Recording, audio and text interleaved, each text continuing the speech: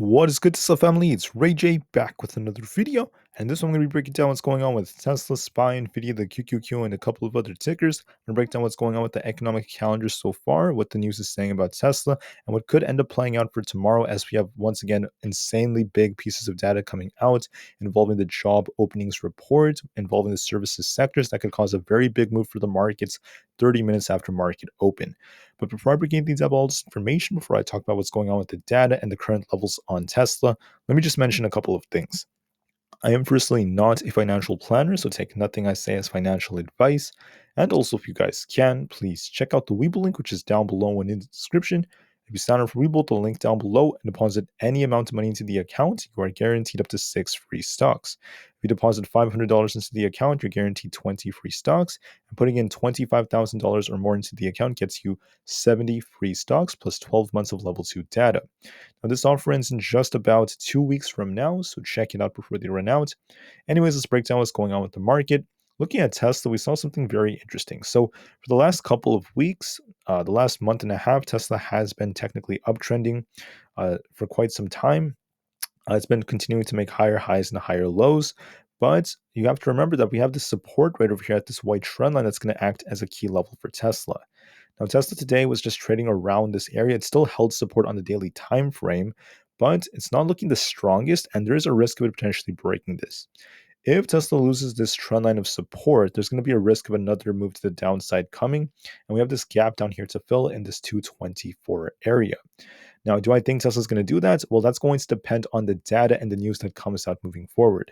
But could the data also cause something very ironic? And if it does end up doing so, we could also see the market bounce, and we could also see Tesla try to bounce from here as well. So it all depends on the data. I'll be breaking down when the data is coming out and how this could affect Tesla and the important levels in more detail in just a couple of minutes.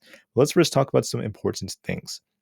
For earnings coming out, I just want to remind you all we have Neo announcing earnings tomorrow. We have AutoZone and just a couple of others.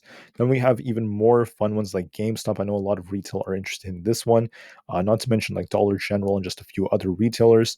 But some of the biggest ones are going to be like Neo and GameStop. I know a lot of retail will be watching this one, and it's going to be very, very interesting. Besides that, I just want to mention that the fear and greed index still has some indicators that are quite greedy from the safe haven demand right now. Looking at the junk bonds, they're actually quite neutral for now. And then we're going to be looking at the put and call position, which is still at extreme greed. Once again, this is typically what happens in the markets in the topping process, but this time around, we're not officially at some lows we've reached before. So even though this is at an extreme, other indicators are not as extreme. Like if you look at the overall fear and greed index, we're not at extreme greed just yet. So we'll be waiting to see if there's more room left in the tank or if the market is ready to just, start to downtrend just a little bit before we get another big run for the end of the year. Now, whether or not the market gets a rug pull is going to depend on many different factors. One of the things I said was that I'm not a big bull or a big bear for the really short term. I'm a bull for the end of the year. For the last 2 weeks of December, I'm bullish.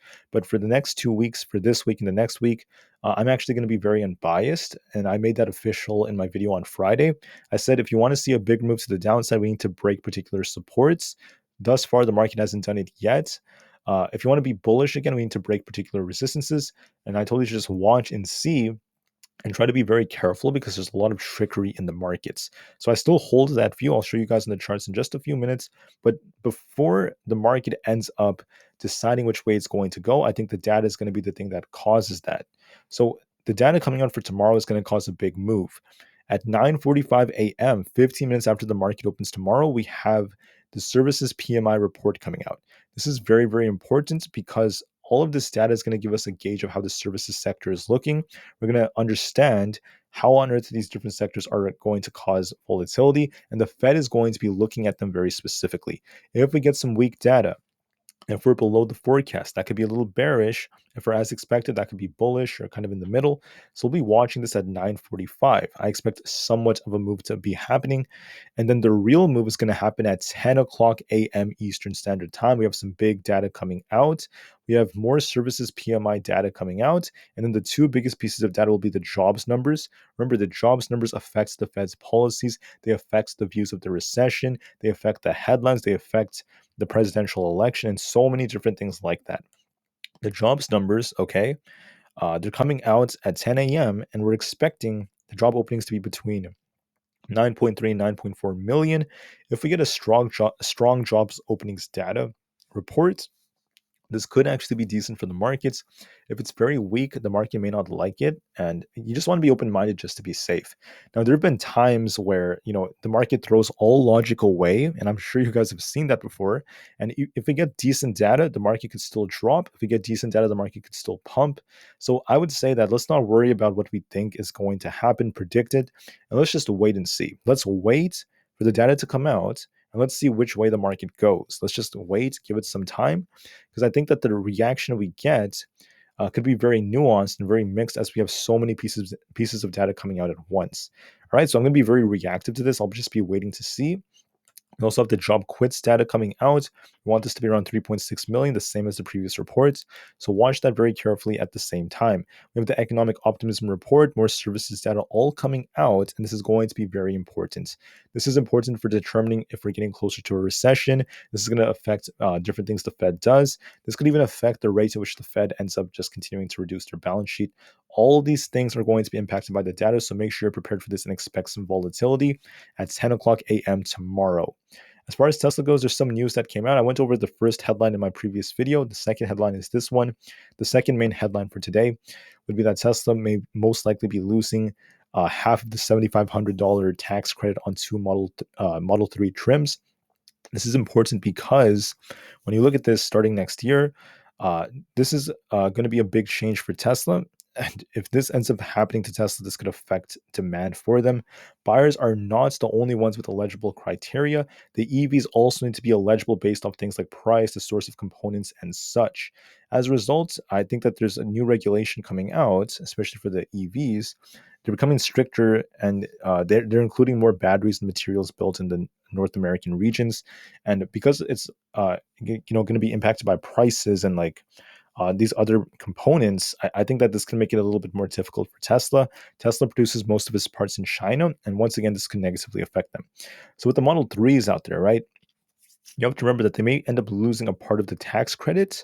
It's not going to be like overnight or just like out of nowhere, but this could affect some of their different models and the variants of the Model 3s. So not every single Model 3 may be impacted by this, but at least many of them. You can see right here, they confirmed that the Model 3 real RWD and the Model 3 long range will see the tax credit reduced to about 3750. So for some of them, that's not the best of news. And with that coming out, we'll just see how this affects demand. But I still believe that demand for Teslas will be strong nonetheless. And I don't think it's going to have a very, very bad effect on Tesla, like to a large extent, because a lot of their other vehicles would still qualify.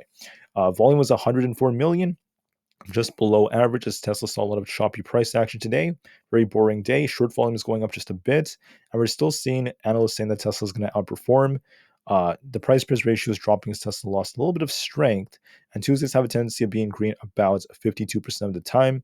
Remember, historically, November tends to be like a strong month and December is the weak month. I personally think, okay, that November was a little weak for Tesla, but December is going to be a lot stronger.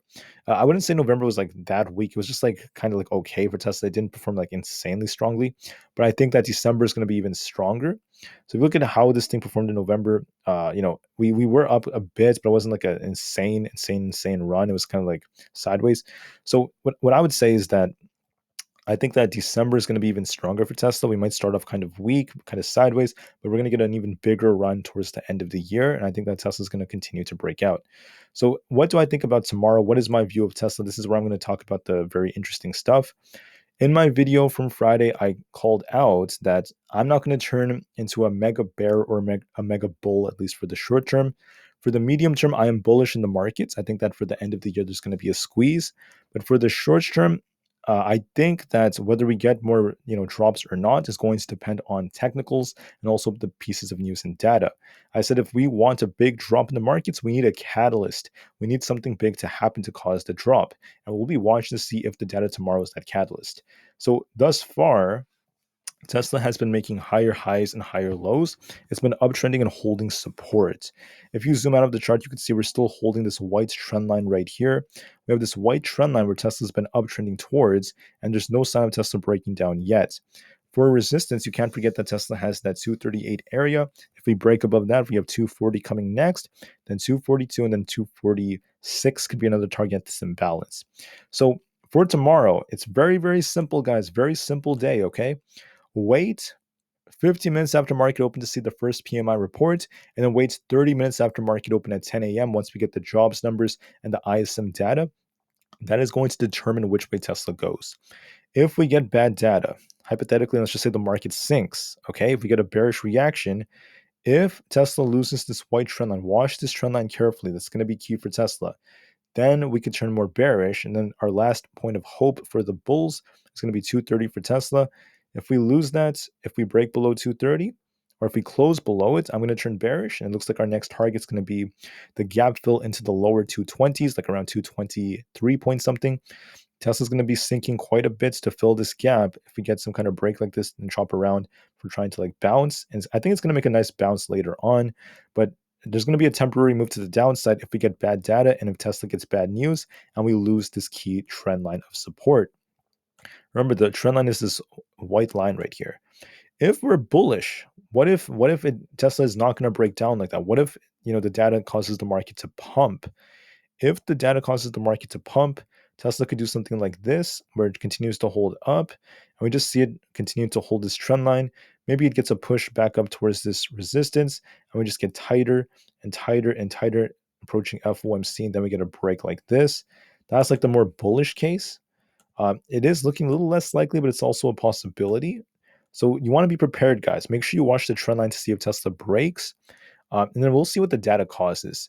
Now, typically in my videos, I give you guys my prediction, but I can't really do that right now because I'm not really a fortune teller. I don't know what the data is going to cause. And I personally, I'm just going to wait and see. I plan on just like scalping for the next 1 week or so. And if the market does dip, I'm going to be buying like crazy for the end of the year. Not financial advice, by the way. But that's my plan basically. And as far as Tesla goes, I mean, we'll just have to see if we lose our trend line or not. If we break out, watch 238 as resistance. If we break that, we have 240 coming next, 242, and then 245 plus. If we're bearish, you want to lose the trend line and watch 233 to 230. If we lose those supports, it's going to be sinking all the way down to the lower 220s. The 4-hour is showing support very close to that 233 to 234 area at the 200 EMA. It is looking a little weak, but just to be safe, we want to wait and see. As far as SPY goes, is SPY going to break out or not? Well, I just want to call out one more thing. We technically gapped down on SPY and also on Tesla, but SPY has a bigger gap. So the thing about SPY is there's a gap up here. We formed a big gap today when we opened. And if you don't believe me, let me just show you without the extended hours. So we have this huge gap up here. If we're bullish tomorrow after the data comes out, we could push up for the gap and maybe reject. We could make one more push to the upside, so just be prepared for that. If we're bearish, you want to see it basically lose support and just continue to break down. So how would I draw this out? It's very simple. I'm going to bring up the 1-hour time frame on SPY and show you we have a potential flag forming. If we get decent data, let's just say the jobs numbers are decent, the market likes what it's seeing, hypothetically, right? If we're bullish, now you can also interpret this as like a rising wedge. I see like 3 possibilities. Number one would be like we still continue to maintain this wedge, then the data comes down, we just get like a bearish break, and we come back down towards this orange trend line. This is our key support on SPY. If we lose the orange trend line, which is going to be in the 454 area, maybe even below that, depending on the timing, very close to 454, then we could turn bearish and come back down to 452 or below that. That is the more bearish case, because on SPY, when you bring up the extended hours, right? The 50 EMA happens to be at 453.8, very close to 454, which aligns with this trend line very closely. So if we lose support right here at the orange trend line, we turn bearish. If we lose the 50 EMA on the 4-hour time frame, we're bearish. If we're bullish, there's always a possibility that the data pumps the markets and we try to fill the gap up here. If SPY breaks 458, you could be a little bullish. We could actually push and get very close to 459 to 460. And then we could reject from there. If we reject and come back down, there's going to be like, a move to the downside like this. But I'm not going to worry about the rejection. We could make an attempt to get back to 459 to 460 and try to push up higher one more time. There's a real possibility of that happening. We could try to uptrend a bit, So it all depends on the data. We'll see if the data launches SPY above 458 to push up higher, or if the data leads to a rejection and us to break below this trend line. If we lose the orange trend line below, we turn bearish. If we lose the 454 zone, we're going to come down to 452. If the data pumps the markets, we could try to fill the gap. Watch, excuse me, watch 458. If we break 458, we're going to try to fill this gap at 459. Could even try to break higher, but we're just going to be watching that very carefully. Those are the two most likely possibilities I'm seeing. I just want to be as honest as possible. On the QQQ, right? It is looking a little weak, but I can't turn bearish until we get a confirmation of a break to the downside. And thus far, there's no confirmation of the QQQ losing key support. It came down, but it got a nice bounce as the buyers stepped in. If we're bearish after the data comes out tomorrow, you want to see the QQQ lose 383. If we lose support around the 383 to 382 area, I think it's going to be sinking all the way down to fill this gap. And I think that 378 is coming very soon. If we're bullish, if we get a bullish move to the upside and we get a big break up, watch the gap over here. If the QQQ could break 388 after the data comes out, we have a gap to fill up here around 390, and we could just kind of like fill that gap and then reject again and come back down later. So it's another possibility, just for instance, just for reference. It all depends on the data. The QQQ is looking kind of weak, however, from a technical standpoint. It's looking kind of weak because of Nvda. The 4-hour is looking kind of weak too. You can see this thing's been downtrending quite a bit. It's not extremely uh, bearish unless we truly break and hold below 382 to 383. But we're on a slight downtrend. It's looking weaker, and we will see if this data adds fuel to the fire and we just get a bigger drop, or if the data causes a bounce. We'll just wait and see, guys. But that's what I have for this one, at least for the QQQ. As far as Nvidia goes, I just want to mention that Nvidia is looking kind of weak. We're currently at 450. If the data causes a bounce, we could see Nvidia try to break out. It's getting very tight right now. It's very, very tight, very sideways on the 1-hour time frame, forming a potential flag. So we'll see if this is like going to lead to a bear flag or a bull flag, or if this is like a breakout from the pennant that's forming essentially right over here. If we're flagging right here, we get a bullish outcome. We could see this thing just as it got tighter and tighter and tighter. With bullish data, it could try to break out like this, make its way back up towards 460.